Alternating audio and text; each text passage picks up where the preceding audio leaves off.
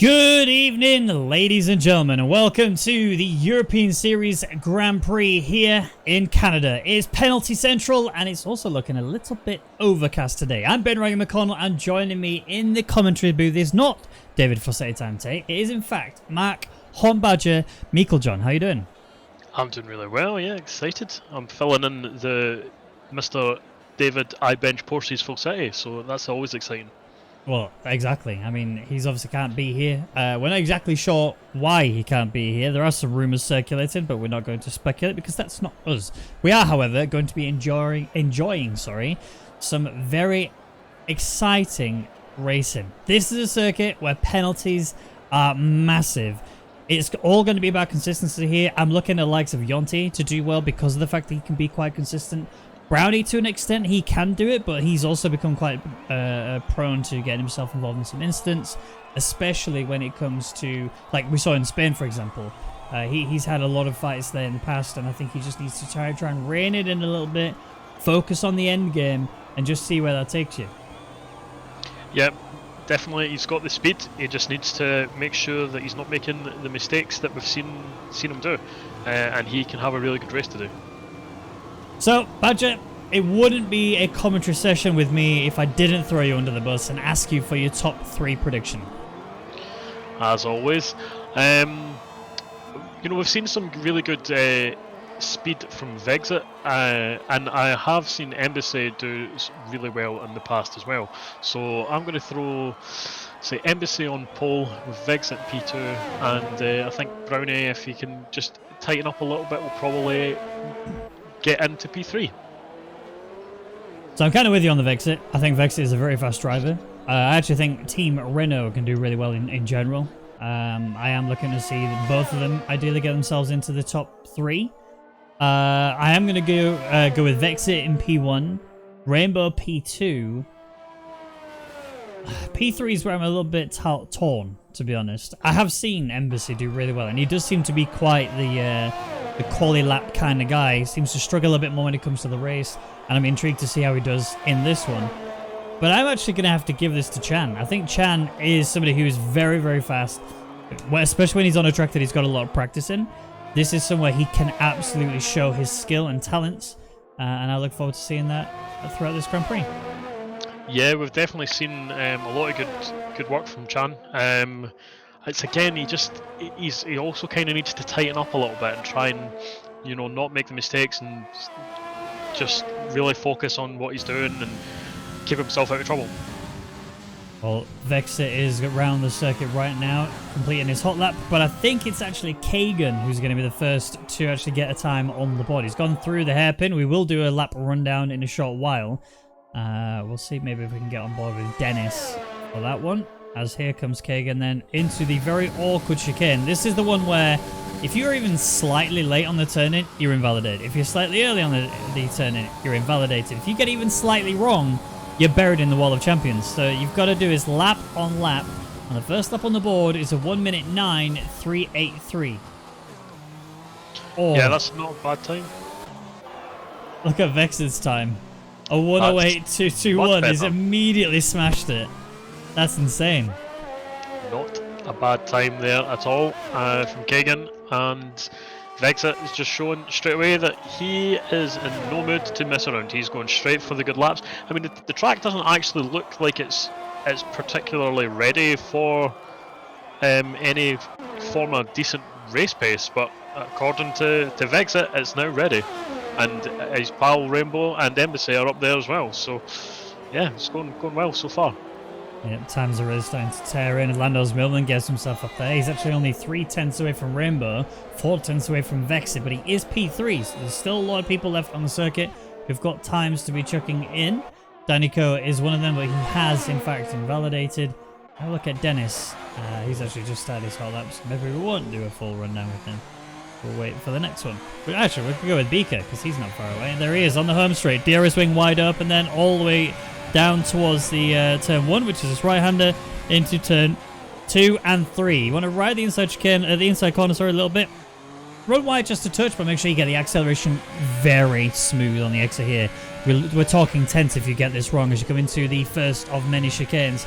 Don't cut it too hard, you'll find yourself buried in the wall if you run a bit too wide on the exit. Come around the long right hand into the second chicane. This, you want to get your car half over that curb on the left and then watch the exit here. It's very easy to lose the rear if you downshift.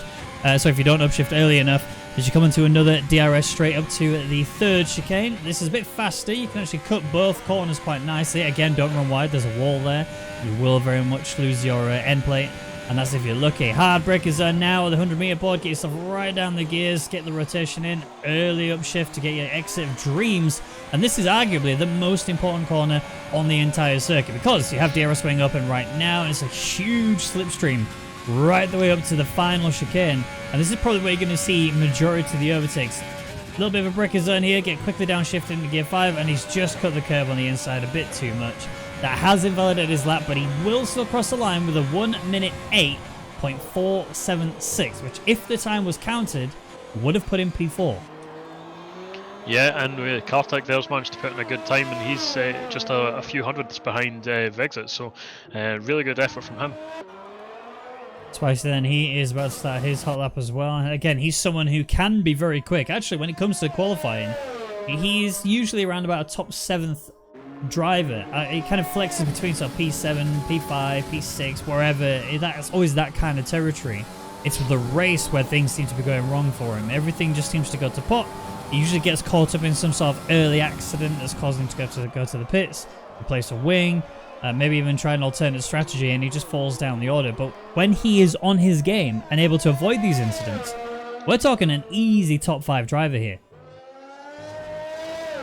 Yeah, and again, like what we would really hope to see from all these guys is we've seen even in the real life Grand Prix, it's quite easy to go over the curb, go a little bit wide, knock the car out, especially like Wall of Champions time. That can always be dangerous. So mistakes around here will prove costly, and hopefully we can get all these drivers around in qualifying to get really clean laps in. Really shows what they can do just on pace alone, and then once the grid's formed up, we can see who is able to actually put what they've learned into practice and storm away and potentially take the win for this race. Now, there doesn't seem to be anybody looking to do a DRS tow down the back straight. This is purely going to be the only getting your own lap times in there. And actually, just going back to what you were saying about the mistakes that can be made here, if you remember, it was Kevin Magnussen, I think, last year, who lost it coming through the Wall of Champions as he was going into the final chicane. And he actually just clipped it slightly, which then threw his car over to the pit wall and had a very serious smash. Luckily, no one was hurt, but my word, that was a crash and a half. Yeah, and that's something that, lap after lap after lap is always a danger because of the speed that you're approaching at, and as such a tight chicane. If you don't hit it correctly, you're either going to go over the inside chicane or you're going over the outside bump, and either one of those can kill your car. So you need to make sure that you're doing it perfect every single lap, or you're potentially flying yourself into that wall. What is that time? That's surely not far away from world record pace. Like a 1:07.975 with 9 minutes to go the session tells me he may even be able to find a good 10th or two there just from track evolution alone. That's so impressive. I have no idea what the record is, but that sets a marker, and Rainbow as well is only just again a 10th behind. Both the Renaults are absolutely flying. I said I'm looking at a Renault 1-2 here, and they're delivering exactly that. Vexit, though, is going to be the alpha male, at least for now. There is still plenty of chance for anybody on the grid to actually switch that up a little bit, and I'm interested to see what strategy people go for here. Soft mediums is very much doable. The chicanes aren't really that much of a tire shredder. There's only really sector 1 where you're requiring any sort of mechanical grip from the car at all. So I think this should be okay other than that. Everybody else is currently struggling to get sort of below the mid 108s. But again, plenty of time. Yep, plenty of time indeed. But it's looking like you know, P1 at least is out of reach for most people on the in this race. So that's just an absolutely phenomenal time, and really it's the other podium positions that might end up getting fought for. But as I said, Rainbow's put in a really respectable lap time for P2 as well. So again, they might both be clear, and it might be Kartak in P3 that's actually going to be having the fight from behind to get that last podium position secured for the qualifying. Absolutely. Well, Chan, somebody who I've picked to be up in P3 is currently nowhere near. He does need to improve by half a second just to get himself up to P3, and then even more so if he wants to go P2 and 1. But he will move up to P4, and he improves by 4.5 tenths. Kartak! What is going on? Is he cheating? He has to be. That's insane. As Beak has put a time in, but again, invalidated. Not good for him. That's a crazy lap time. I'm just trying to comprehend how fast that is. I get excited if I can break a low 1:09. I'm like, yes, I've actually done a good lap for once. This is fantastic. These guys are absolutely annihilating my lap times, like it's nothing. Yeah, I'm pretty gobsmacked. That's just as I'd finished saying it looked like Vexit was in the clear, no one was going to touch that, as it gets broken. Like, that's incredible. And yeah, no idea where that came from. I mean, clearly he's been spending a lot of time in the time trial in order for him to become very good in the qualifying. His issue, though, has mainly been in the race. He's very similar to Spicy, where he gets himself caught up in these situations that he needs to be avoiding as much as possible. And it is a shame that it does end up being in that position. I think Vexit here, actually, he's going to be looking to try and beat his time, as he's out already on an outlap. I think this is his third set of softs, so I don't think he's going to have any more tyres to chuck a better lap in after this. So we'll see what Vexit can do as he goes off once more. Yep, still got plenty of time, but yeah, he's definitely laid down such a good quality marker, and to be back in the pits and see someone beat it, you're like, okay, I'm going to have to roll up my sleeves here. Yeah. Well, Spicy rolled up his sleeves, and that's 6 tenths gained. He's now P5 with a 108.502, sorry. He's actually a full tenth ahead of Fuja, which is good, but he needs to really push himself. Let's see what the others can bring to the table in order for them to do better. One of which is, in fact, Yonti, who hasn't got a time set on the board, along with his teammate, and same for the McLarens. This is going to be pretty difficult for them in the race, if we are basing on just the qualifying alone. Beaker's looking like he's going to get a lot of penalties. Yonti, well, he's just invalidated, so he's looking like he's going to get a lot of penalties. And it's kind of looking the same for my usual captain consistency. Copy. He's not got a time on the board. He's out there right now doing a hot lap, but I want to quickly go back to Vexit, who's also invalidated. So he's going to have to commit to another hot lap now, which he's just decided against. He was actually 2 tenths faster. That's mind-blowing. I mean, he's got time to get into the pits and stick on another pair of boots. It's whether he's still got the tyres to do so. Yeah. I don't think he does, because he's been on... unless he's used the same set of tyres and I've just not paid attention to it, which I don't think he has. So my telemetry is being very weird right now, and it says that he's done 5 laps on this current set of tyres. I highly doubt that. Yeah, so I will ignore that for the moment, but if he's used a used set to keep one fresh for the last few minutes, then we might still have something. But that would be if he can go 2 tenths faster and actually set that clean, then yeah, that's really just throwing down the marker again. Would you like some juicy information? Always. I have a suspicion that both the Haas drivers and the McLaren drivers are intentionally throwing their qualifying up until this final rush, because they've both switched. Both Haas drivers have gone mediums. I caught Copy coming towards the end of this lap, and he actually let go of the gas right after he'd finished the Wall of Champions. So that tells me he isn't actually trying to commit to a lap time just yet. He's going to go into the pits, change his boost, get out again, but this time on mediums, and try and beat that previous best lap. My question is with Danica, what's his plan? Because he's currently out there about to do an out, well, he's on his out lap, sorry, about to do a hot lap. And if he does commit to this hot lap, he's not going to have enough time to change tyres, although Danica's actually stayed out and he's committing. Yep. He might have enough time, again, depending on just how much the buffer is wrong for the spectator. But yeah, it's going to be very close for him to get this in, I mean, it depends how he's invalidated him. So, like, if he just bombs it back to the pits, gets on another pair of boots and goes, then it'll be fine. But, I mean, he seems to be taking his time. Is he just pulling over the side to retire? Or maybe he was just getting out of Chan's way. But yeah, if he just gets back to the pits now, he should have plenty of time to get in, swap the boots, come back out. But again, he seems to be in no rush to do so. I'm pretty certain these mediums are going to be the way forward, and I want to stay with Beaker because he's actually just started his hot lap, so I want to see if this goes well for him. I mean, realistically, he's going to get a time on the board regardless, because he hasn't got one currently, so either he stays where he is, or he climbs. I get the impression, like I said before, that he is invalidating on purpose, and he's just touched the wall, but he hasn't got any wing damage. That is crucial. And this is why playing that game is so risky.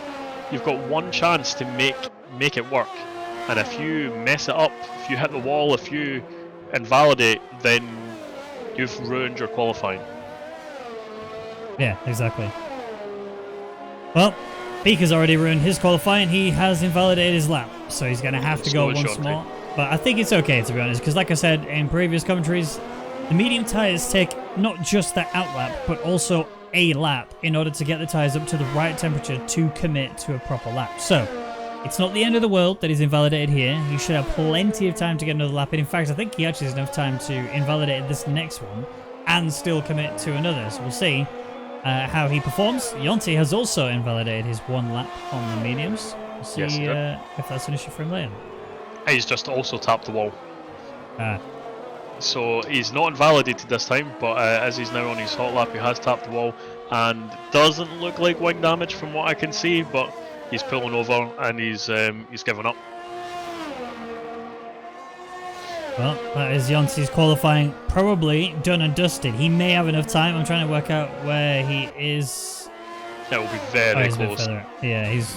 Well, I mean, our timer is like 35 seconds off, so I think he's got enough time. We shall see. Beaker hasn't yet invalidated, and he's gone through the area where he keeps screwing it up.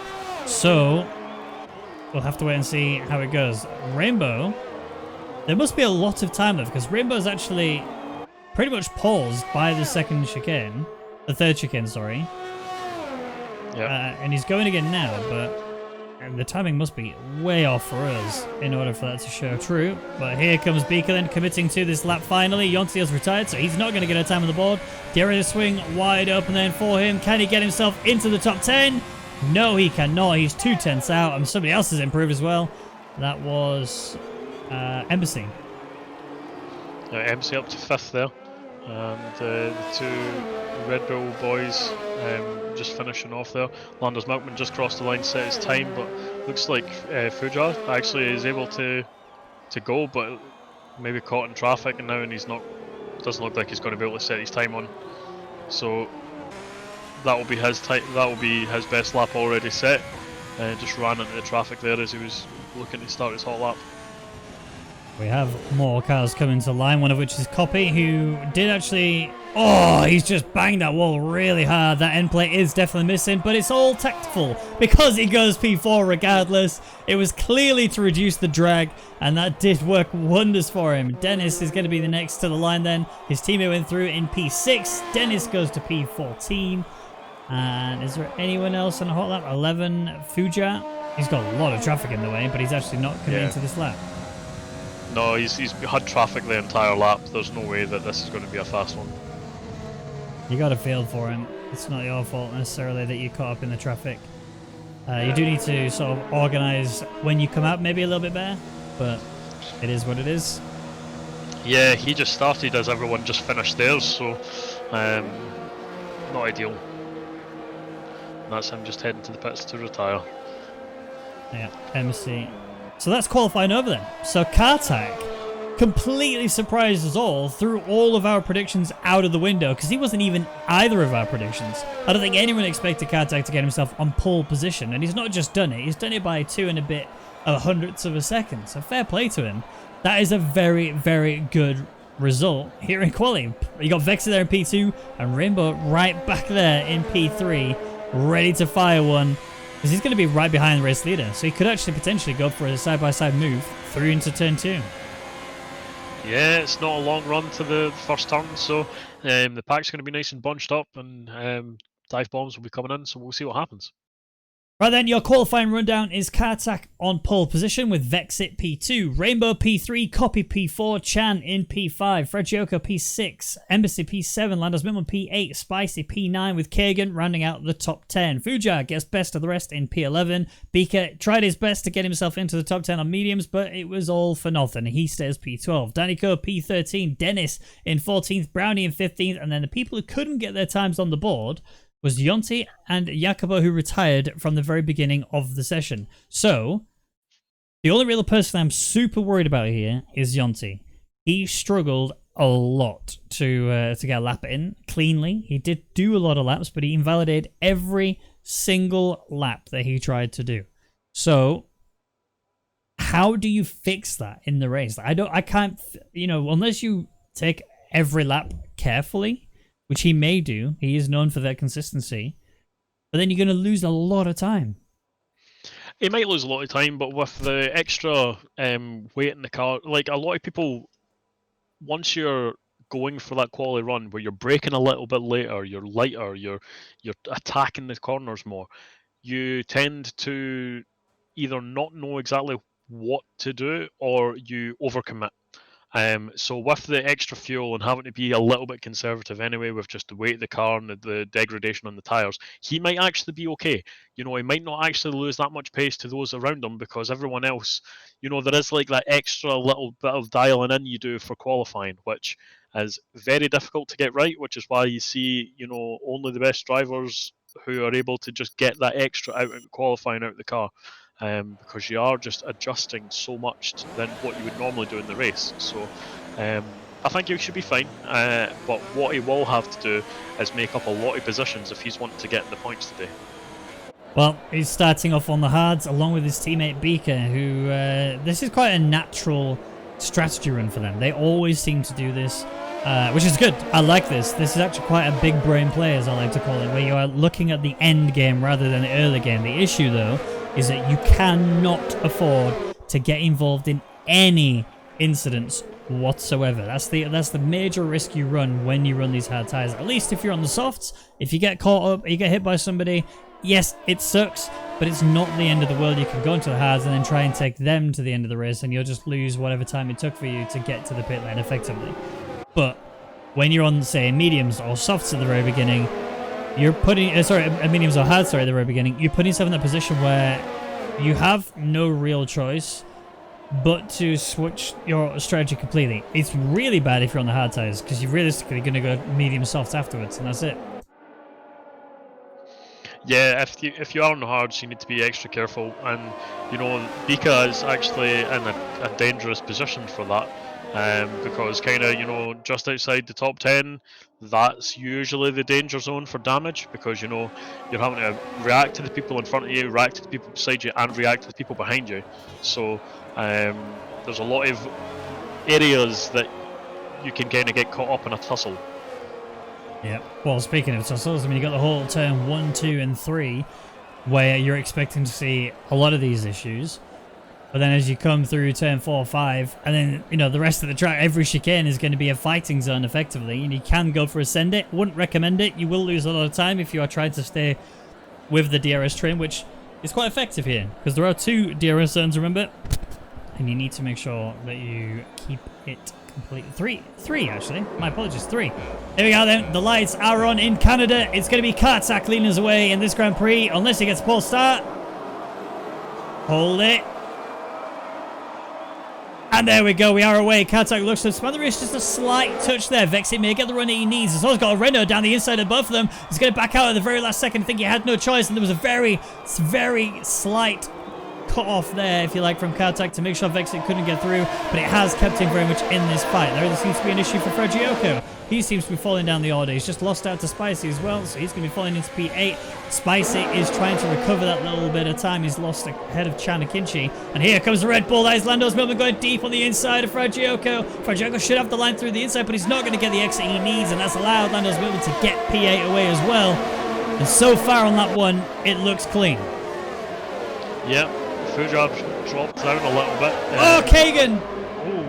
Kagan tried it. It didn't work. It was a very risky maneuver. He tried to send it down the inside there. Sorry for cutting you off, but he went for a bit of a yeet on Fragioko. It was never going to work. Speaking of Unfortunately, he fell down. Dennis just made a move on there at Bika and the hairpin, and it looks like he might actually get the run out to keep this position. And he has. He's nailed it. Well, there's still the toe here that Beaker's trying to utilise. He is obviously on the slower compound, so this should be favoured for Dennis, but Beaker's trying to keep his nose stuck in. He's trying to scare Dennis a little bit. I think that actually worked quite successfully from a scare perspective. But yeah, he's not quite got the grip he needs. He needs to not be fighting in these scenarios, as Spicer loses out to Lando's Milman as well. Yeah, and it's been a good start there from Dennis and from Danny in front of him as well. They're both moving up the field quite nicely on those medium tyres that I think they've both got on. Yeah, they've both got on the medium tyres, so it's going well for them. But who it's not worked out for at all is Kagan and Jacobo, who are both right down the order on those soft tyres. They're going to have a very difficult race from here. There is realistically one long train, although it is slightly starting to break, as Copy is that little weak link, as it looks like, in this chain, as Dennis and Beaker are swapping places. I don't know how Beaker's managed to just slip down the inside of Dennis. He must have made a mistake on the exit of that third chicane, but this has allowed Beaker, on these hard tyres, to get past and just about hang in there for that DRS. He's going to have to do his usual driving standard, which is burn all of that ERS to get himself back into the 1 second margin, because we're about to start lap 3, which means DRS is now available for all 3 zones. Yep, and that will be incredibly dangerous for everyone, really. But what you'll find is most people will try and just sit in the toe, save the DRS, and then make a move when they think they can break that 1 second margin in front of the guy that they're trying to overtake. I think that's exactly what Vex has been doing. Oh, we've had a bit of an issue. It's Chan who's falling down the order. He's got a bit of wing damage on the left-hand side. Not just a bit, sorry. A lot of wing damage. Elements missing. The end plate is missing. That is a definite trip to the pits. I don't understand where he got the damage, though. How he gets the damage. Yeah, it's not something I picked up on either. But it looks like Vexit is very, very close to the back of Kartak here. Kartak has got a lot of ERS to play with as well, but he might be forced to burn some here. As just, yep, Vexit's already making the move, so as soon as that DRS has been enabled, he's decided, nope, I'm going to try and go for this and make the difference. So, yeah, we might see, again, this battle. Oh, that's a big tank slapper there. His arse stepped out all sorts of sideways, and that's not going to help him at all getting that gap that he needs from Kartak. He's not too far away from the next DRS zone already. They're only a few turns away before the detection, so he doesn't have long to try and build up this gap. It's about half a second, but that's nowhere near enough, so he's going to have to burn everything he's got to try and just get that gap there. Now his back end didn't just step out, it also dropped out, because you know for a fact he was terrified when that happened. Almost under the K-Mag incident, but still, you know, Kartak made the right decision, not trying to fight him on the final chicane. He just let him through, sits in the back of him, and just utilises the DRS. And I think, realistically, the top 3 now are just going to keep doing this throughout the remainder of this Grand Prix. They have an opportunity to break that gap between them and Copy, even more so than before. And this goes down to what I was saying, is that you have to stay in the DRS train, because once you're out of it, you are just a vulnerable person. And the only way to get yourself back into it is to effectively do what could happen here, as Emissary is coming past him now.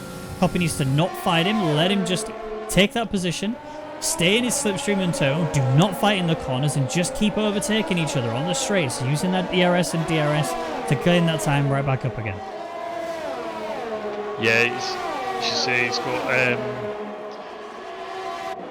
he's got the opportunity here if he just plays it smart and doesn't try to do anything too risky and just focuses on the lap times, making sure that he's doing the fastest laps that he can possibly do, but without hindering his own race. You know, like, there's no point in making a move now. You don't get the points for making the move here. You get the points when you cross the checkered flags. So needs to focus on them. Yeah. Kagan in the pits has gone on to a set of hards.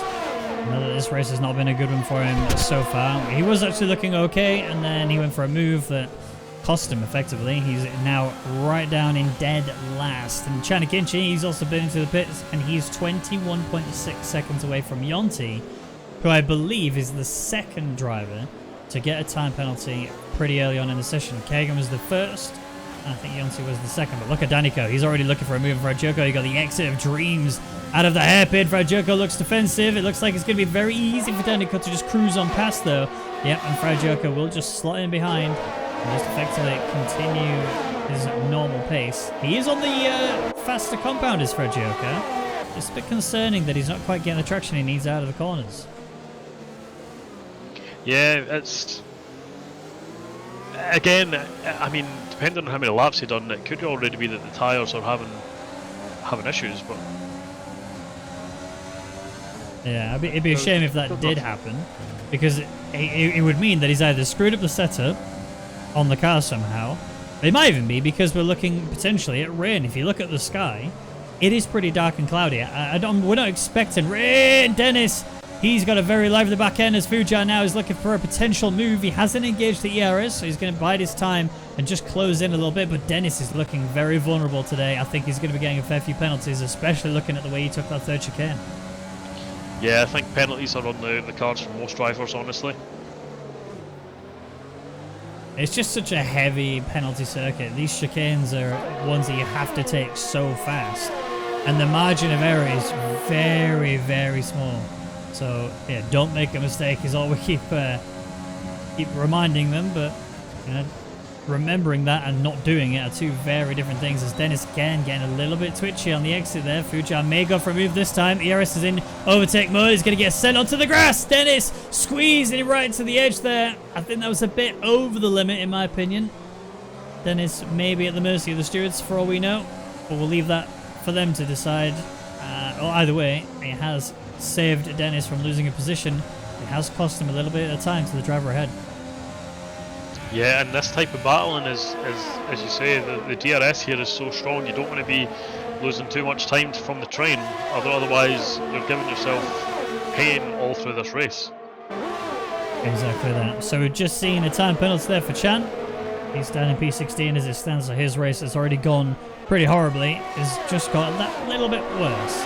As I'm seeing, is that Fujar going for a move around the inside? Yes, it is, onto the inside of the hairpin on Dennis. The Exo Dream should be available for Dennis rather than Fujar, but he will have DRS, whereas Dennis does not. And this will be the difference maker. This will be how Fujar makes the run. Dennis showing the door, but Fujar says, no, knock, knock, knock. It's the FBI. Open up, because I'm coming around the outside into the final chicane. It's not going to work. He has to back out, but he's going to lose so much time that Yakubo is able to just slip on through as both the Mercedes have come into the pits. Yeah, and that's Depending on what the strategy is for these guys. I mean, medium tyres on, so yeah. Looks like Spicy might got held quite a lot though from the double stack, which unlucky for him. But I mean, I suppose they could probably take it to the end from here. So if they might be hoping for the safety car or something else, but that seems to have kind of cost Spicy quite a lot of time. So I mean, I'm looking at the gaps to the majority of the drivers. There is now a bit of a gap between Vexit and Kartak, so P1-2 is pretty much looking like it's going to stay as is. Again, the undercut could rescue this if Kartak should try to do that. I don't entirely know what strategy they're going to go for here. I've been seeing people switch to the mediums already. For me, it feels like it's way too early, especially with the 35-lap race. Maybe they're going to have to go hard, so somebody else is in. That is Rainbow and Kartak, so yes, they're going for the undercut. I mean, it's worth a try. It's definitely worth a try. I just don't know if it's too soon. You know, I don't know how Vexit's times don't look that bad, so it doesn't look like he's dropping off much.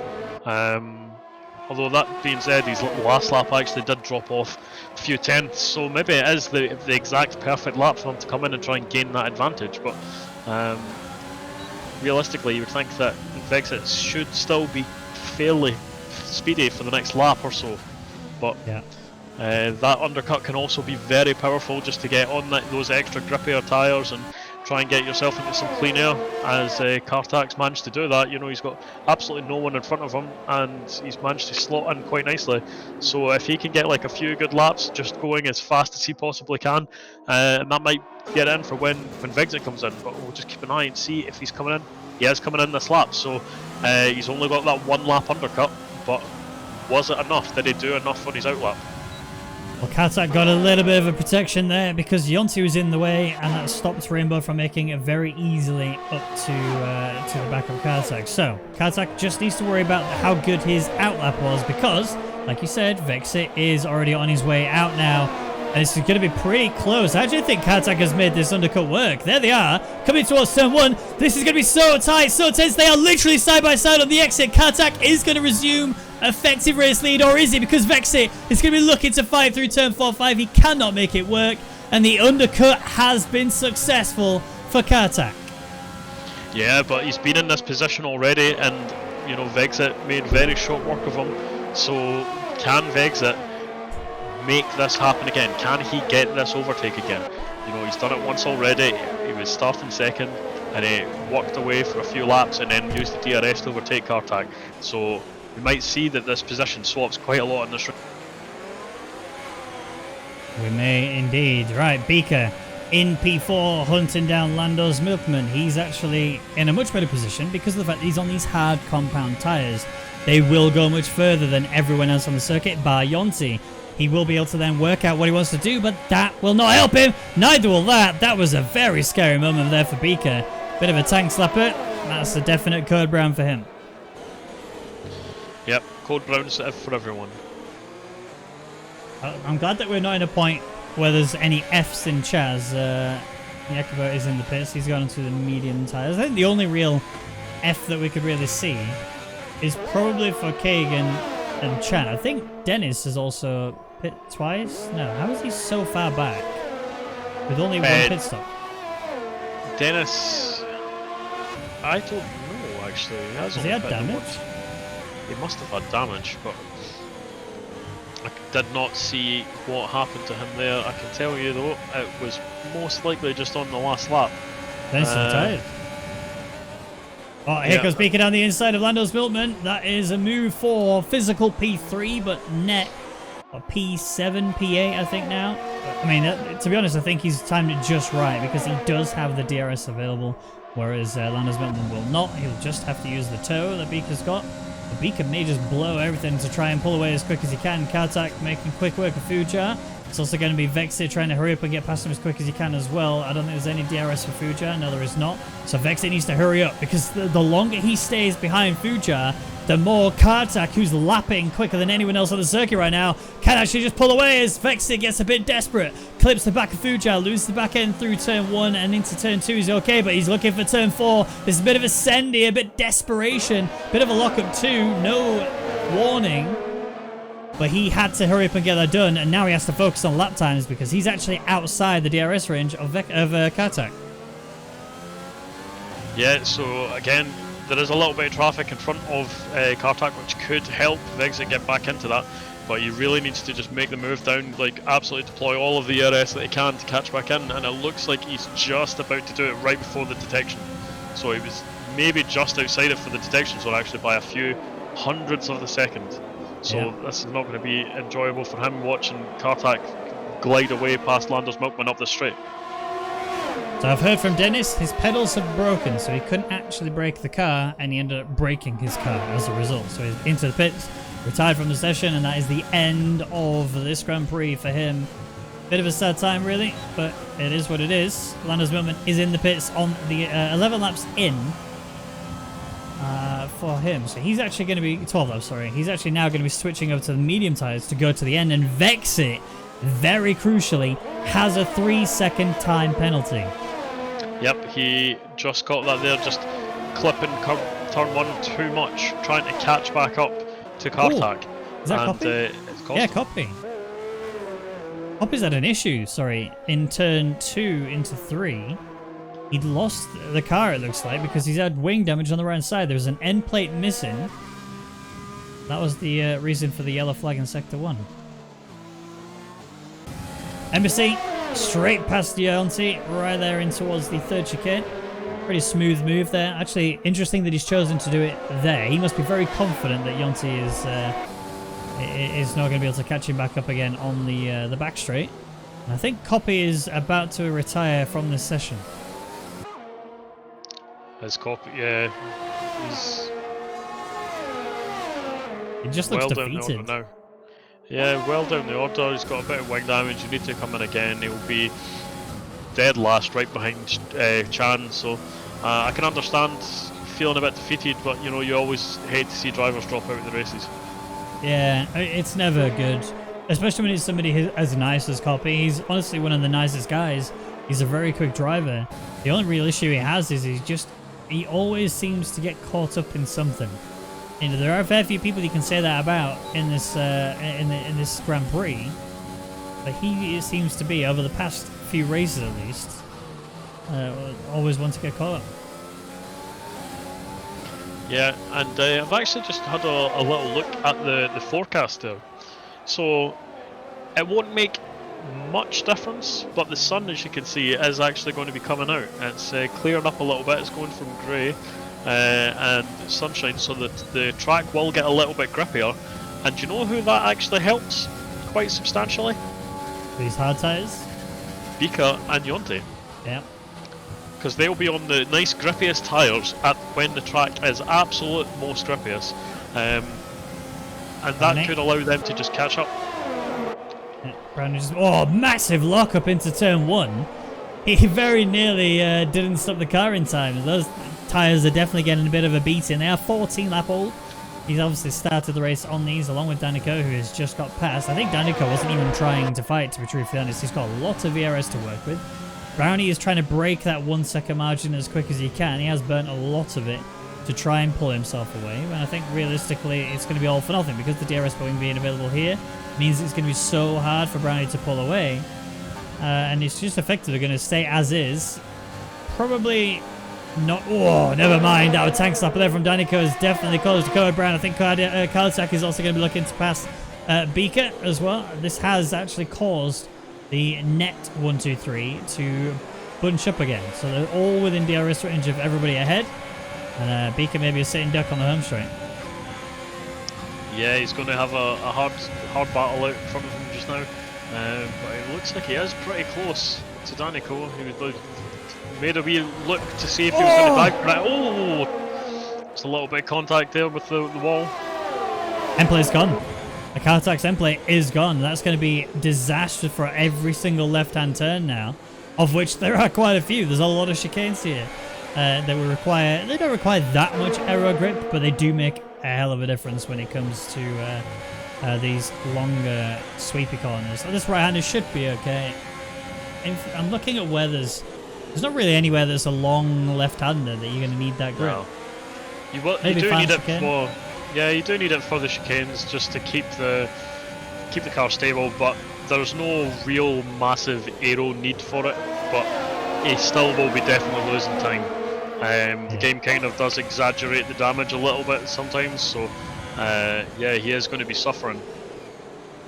I mean, I think he will be okay to an extent, but his entire pit stop is going to be extended by about 6 seconds. He's going to be looking at like a mid-8 in order for him to actually get that wing replaced, should he opt to do so. Vexy is not quite close enough to Kartak. I think Beaker's actually looking for Danico, to be truthfully honest. I'm looking at Danico's run through that the hairpin and into the final chicane, and Beaker just looks so much better.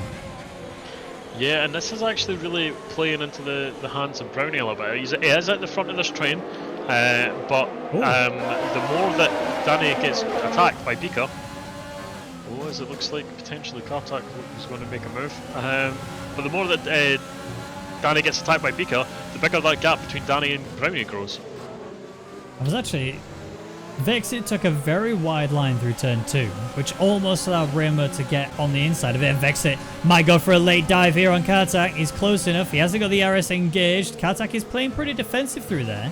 He also needs to remember that Vexit has a penalty, whereas Kartak at the moment does not. He is injured though. That's going to be the main factor here, but Vexit sees an opportunity. He can smell blood from Kartak. Alfa Romeo is the juiciest meat he can get, but he can't quite get the exit he needs. And I think I'm seeing this lap after lap where he just has to sit tight and let things happen. Kartak not burning ERS either because he realizes that Vexit is not trying it. And he's just kind of hanging in there on the back of Beacon. Yeah, oh, and that's another big tank slap, and now he goes for the move. Vexit's coming up alongside Kartak. He made it. He's made it work into turn 1. Oh, he's got a bit deep. I thought it was going to be a bit too deep. Kartak could have potentially gone again. But no, you're right. Vexit is up. And with that fresh full wing. And actually, here comes Rainbow straight down the inside as well. And that's immediately going to cause Kartak a number of issues. He's just going to start falling like a stone while the Renault guys just pull away. Yeah, and this is actually working out beautifully for Rainbow. He needed to make that move work just to stay with Vexit, because he'll know as well that Vexit has that time penalty. So all Rainbow needs to do is just stay within that zone and not make mistakes, and it looks like he'll win this race. Bika has got 6 seconds of penalties to his name, so when he does eventually come in for his stop, you know, he's going to have to really fight hard on those soft tyres to make up the deficit to those guys behind him. But he will be absolutely flying. The track will be nice and grippy, and he'll be trying to make moves to get back up the field. The only real concern I've got for Beaker is that I don't think these 6 seconds of penalties he's got are going to be the last ones he's going to get, as Danico's just claimed himself one, and Beaker's looking for a run on Danico. He's got no real ERS to fight with, and this has been his issue in every race I've commentated on him since he got into F1 2020. His ERS management definitely needs improvement, and he's actually about to lose out to Vexit, as Vexit's trying to go the long way around through turn 3 and in towards turn 4. He's going to have to back out and let it be. And Beaker's got another penalty. But did you see who else got a penalty through into the Wally Champions? I did not. Kartak. Oh, well, that has equaled it for him and Vexit. But I mean, the wing damage itself has pretty much cemented him being that bit too far back. He's dropping, not as much as I expected it to be, I'll be truthfully honest. Oh, Beaker, he's actually made a bit of a wide move there through the third chicane, and that's actually allowed Vexit to close in, but Rainbow's here as well. Vexit might look for the inside into the hairpin. Beaker has given him sufficient space. I think that is very logical, because he knows he's on the slower tyre. He's not actually trying to fight or lose any time, as Vexit gets a bit of a twitchy backside. Vexit alongside Beaker. Rainbow just kind of hanging in there. He's got a lot of ERS he could play with if he wanted to, but Rainbow has to hurry up. He cannot sit behind Beaker. He needs to try and utilize any mistakes, as Beaker's gone into the pits.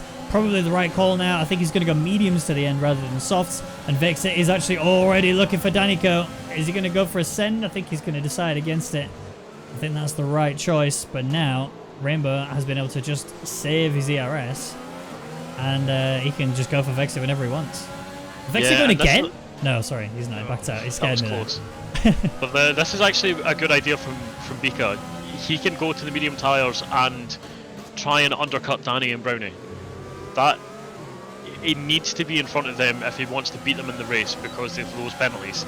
He's going to have to try and build up a gap. Danico does also have 6 seconds of penalties, but Beaker's now on 9, so he still needs that gap. And if he's getting this undercut, getting onto the medium tyres, he should be going faster than those guys. But he's now got the virtual safety car to contend with. So this could be like an absolute life saviour for Danny and Brownie. If they think that they can come into the pits just now, even if they go onto hard tyres, it's obviously not an ideal strategy, but they'll be saving like 10 seconds, 12 seconds in the pits, so they can still try and maintain some track position here. Yeah, this is prime time for Brownie and Danico.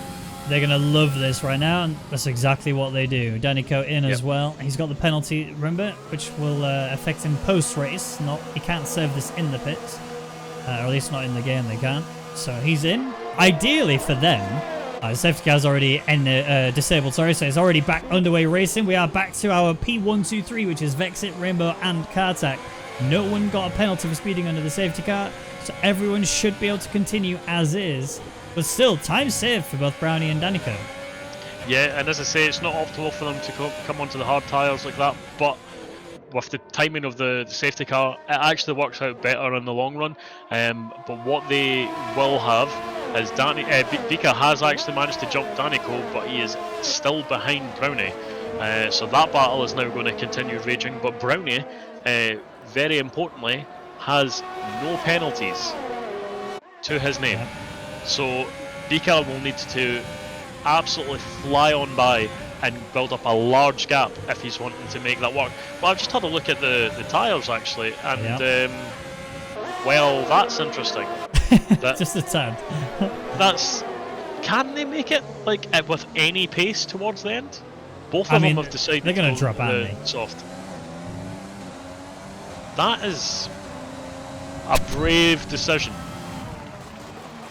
Well, it's either brave or stupid, but a lot of the times that's how it works out. As Fuja has just gone straight on past Jacobo. He's also on the soft compound tyres, but he's 5 laps in. Jacobo comes into the pits, 10 laps in on these mediums, so surely he's going to now switch over to, I'm assuming, a set of softs. Yep, there it is. And we'll see where he does later. Brownie is someone that will manage those tyres, though. So I think he can go to the end.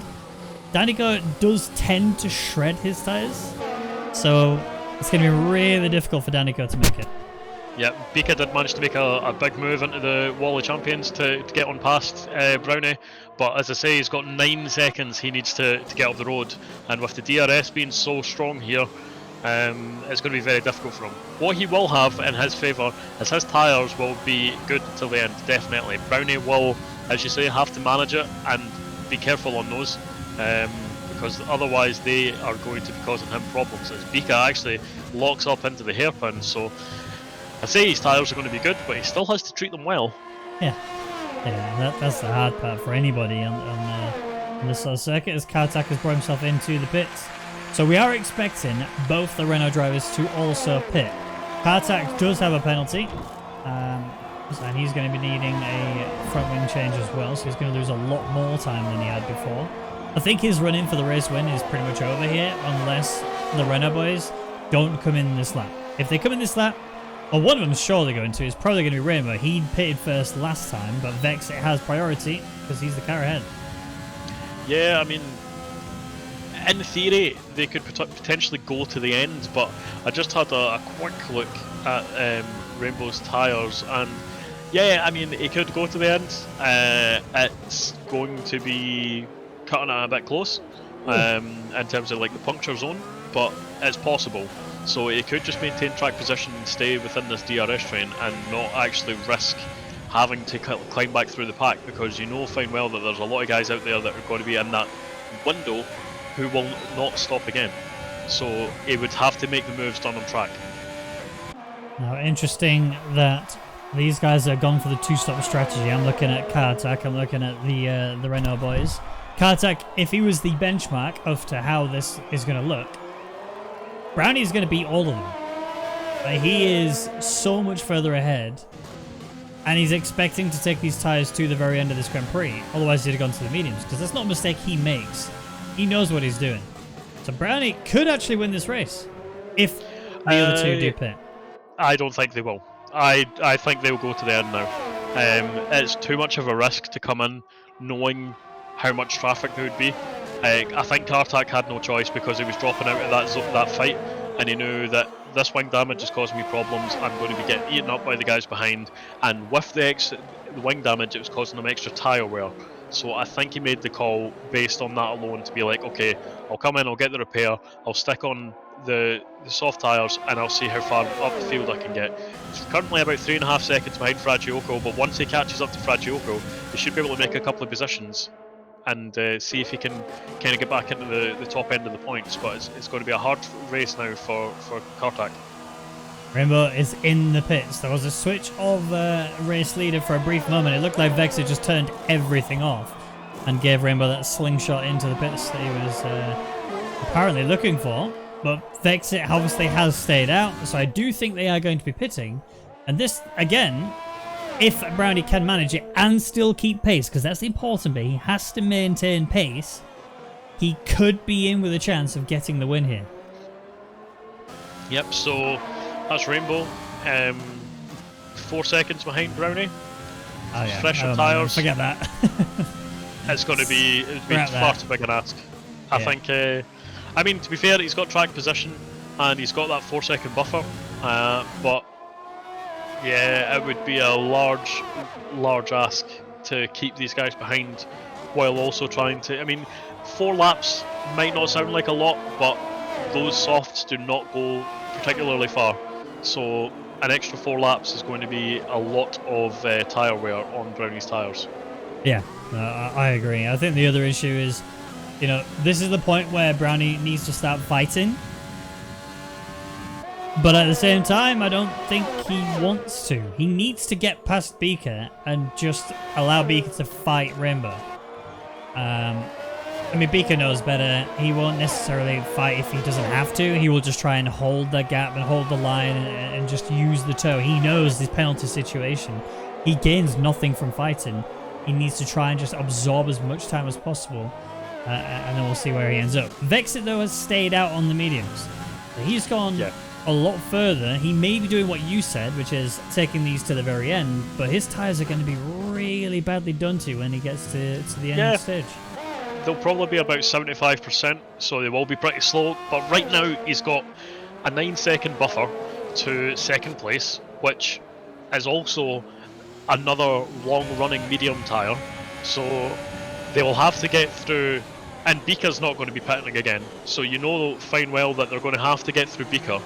They're going to have to get through Landers Milkman, and then once they've navigated the traffic, then they come for you, and by that point you're on the final lap or two, so you can totally run this to the end. Beaker's made a move on Landers. Oh, have you? Yes. There have been a couple of people that have left. Kagan has been disconnected. Fuja has been disconnected. Copy has been disconnected.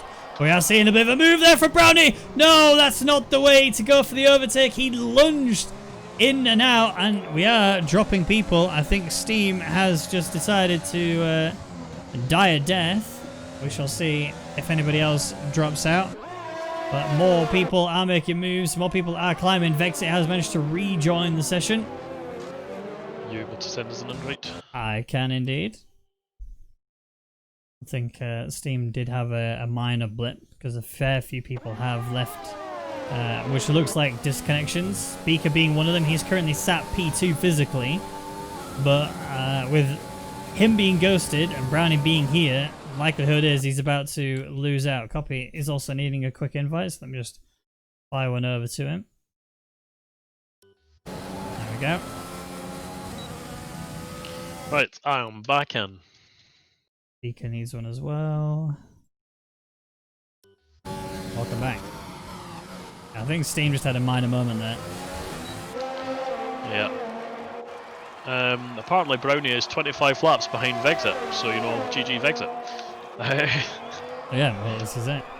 I mean, Vexit has managed to keep himself still in the lead, but he has lost a lot of time because Brownie is going. He is literally... He's packed his bags, he's bought his first class ticket, and he is gone. He is trying his hardest to close in on Vexit and get within that margin of penalty that Vexit has. If Brownie can continue to keep it as clean as he is, he should be A-OK. There is a yellow flag in Sector 2, which I think is Beaker? Yes, it is. Beaker, I think he rejoined. I'm assuming he rejoined and took control of his car, but at the point of when the game then gave him permission to drive his car, he crashed. Yeah, it looks like it's stuck, and now he's been disqualified for being parked. Oh, that's unfortunate for Beaker. And Vexit's also disconnected again as well. Yeah, this is kind of ruining this race. Oh no! Vexit's AI's brought him into the pits. Yeah. So his race has just been destroyed. I get the impression that the race would probably be called at the point of when the first disconnect happened. Yes, I think that would be the fairest option. So although some people, I mean, no one's going to be happy with this situation. Someone, it doesn't matter where they are, everyone's going to be annoyed that this has happened. So yeah, that's Vexit's AI came out back in 8th. He's going to rejoin after being in first and not know what's happened. Just very quickly getting the race director for the stewards so that they have it, should they need it. So they can work out at what point everything went wrong. There we go.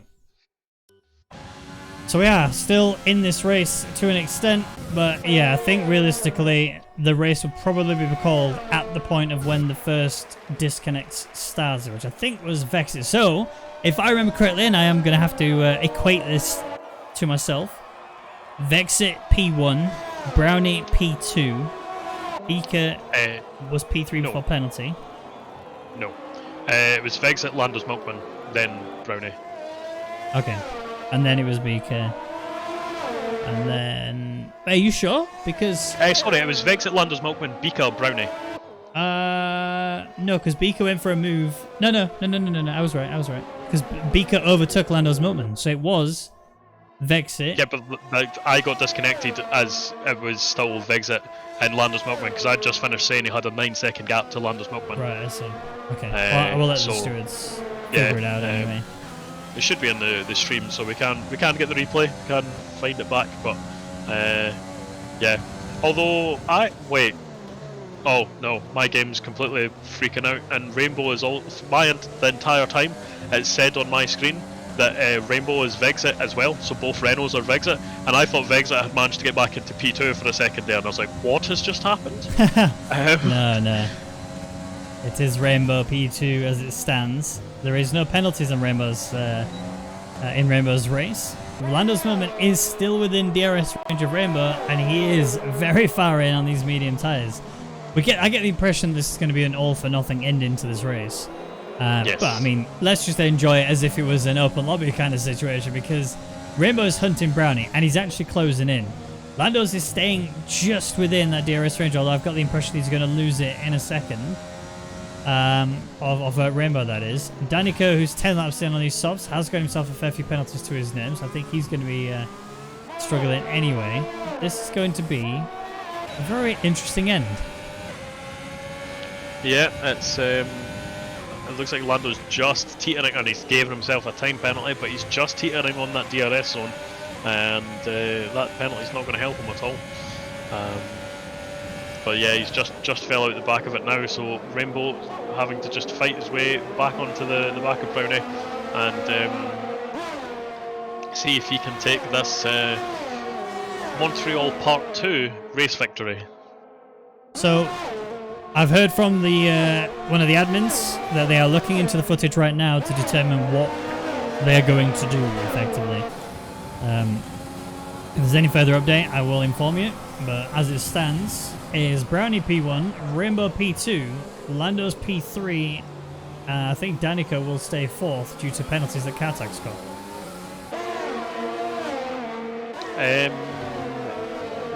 I think Danico has 9 seconds of penalties and Kartak has 3, and so does the Embassy behind in 3 seconds, so Danico is probably going to drop a fair few positions. Kartak and Embassy should be kind of jumping him, but not affecting each other at all, unless more penalties arise. They get promoted a place, but Rainbow has actually got himself into DRS range of Brownie. Now this is a very close end to this Grand Prix, if it is going to be counted, but we will enjoy it regardless, because the DRS wing being right open now means that gap is going to drop when we get to the end of the second DRS zone on the home straight. Sorry. He should be about 4/10 away. See how close I am. 5/10. He's within 4/10. We'll call it 5. It was more 5 than 4. Yeah, it was close. I admire your Nico Rosberg-esque attempt. I tend to be accurate when I do it. But yeah, he's right on the back, and to be honest, I can't see anyone else other than Rainbow winning this race now. Brownie's just not got the tyres underneath him. So just to explain, the order at the point of what they're calling the disconnects, which was the end of lap 25, it was Vexit P1, Lando's Milkman P2, Beaker P3, Brownie P4, Rainbow P5, Danico P6, Fragioco P7, Kartak P8, Embassy P9, and Fujar P10 before penalties get taken into account. Then obviously that will then affect the result a bit further on, but we'll worry about that later, because regardless of how that all pans out, we're going to watch the end of this race, because Rainbow is looking dead set on going for Brownie, and I've got a feeling, oh, that was so nearly into the back end there, he could have very easily sent him off the planet and into another country, but he kept it clean. Yeah, that was very close, but you know, he's got another 2 laps where he can make this move, and it looks like he's pushing Brownie along right now. He's just right up his gearbox. Yeah, he's maybe a bit too close to Brownie. I think Brownie's actually just said, "Look, take me. Go. I'm gonna make it incredibly easy for you to overtake me. I don't have to do." Nice oh, never mind. Oh, there we go. 3-second time penalty for his troubles there as well. Yeah, and there was no contact. I did watch the onboard from Rainbow's perspective, and there was no contact between them. So whilst Brownie looked to be doing exactly what I was saying, it backfired because he just couldn't enter that chicane correctly. Yeah, again, just the wear on his tyres, unfortunately, is just a little bit too much. But it shouldn't affect him too much. You know, he's got 2 laps. He just needs to get to the end. He's not going to lose the position to anyone behind him. He's got the same penalties as Kartak and Embassy, and Danny, doesn't matter if Danny overtakes him, because he's not going to be getting 6 seconds worth of a gap in 1 lap, so he should still maintain P2. Yonti had a bit of an issue there through the 3rd chicane. Copy has retired from the session. We are seeing a lot of commotion through turn 1, 2, 3. Nobody is having any real problems. The yellow flag is caused by Copy, who's retired in the pit lane, understandably. I think realistically they are starting to realise they're racing for nothing, as Yonti is also retired, and he will be in P11 at best. Yep, and looks like you know, I'm quite happy that Kagan and Fujar are still going. You know, they're again kind of racing for no points at the moment in time, but it's the final lap. You might as well, you know, just finish it, see it out, and enjoy it. Just, you know, take it all in, learn. But here we go, coming into the final turns here. Brownie looks like he might be on getting taken by Danico, but Danico just couldn't make it on the back straight and not got the pace to get him before the line. And so Brownie will maintain that position, but Fragioco manages to jump him. He managed to get within that 3 seconds. That was very, very well done by Fragioco there, and just as well 3/10 to get in that penalty zone. So Fragioco steals that P2 just at the last, and Brownie ends up P3. I would not like to be the person that tells him that your only amazing result so far this season will not count. Yeah. How upset would you be? I mean, to be fair, it wouldn't have got that position if it wasn't for the issues, you know. But at the same time, it's it's good to see it. It's good to again just finish out the race and just kind of set down a marker on what you want to do and achieve in the following races. Well, I feel bad for them, even if no one else does, because Rainbow looked very happy as he came across the line, and its race win won't even count. However, this is the rundown that probably won't matter, but Rainbow P1, Fragioco P2, Brownie P3, Embassy in 4th place with Kartak getting 5th, Lando's Milman getting 6th, Danico falling down the order due to his a mass of penalties. He is in 7th place, Yakuba P8, Vexit P9, and Spicy in the final point position with Fujar getting best of the rest, and Kagan being the only other finisher to cross the line. He did set the fastest lap as well, but it is outside the top 10, so no points for him. And then your DNFers are Yonti, Copy, Chan, Dennis, and Beaker, who actually got disqualified for parking on the track. Now, we'll go with Badger. Before the disconnects happened, who was your driver of the day? I mean, to be honest, I think it has to go to Vexit. He drove remarkably well during the qualifying, and then managed to immediately claim P1. He got the undercut from Kartak and immediately fought back, claimed back that P1 position again, and maintained it. And it looked like he was going to be able to really push those tyres to the end of the race, and everyone else around him had to do the two stop because they were very borderline on the wear. But to be honest, within that kind of final third, it looked like he was very comfortable, and I think he just drove a really stellar race today.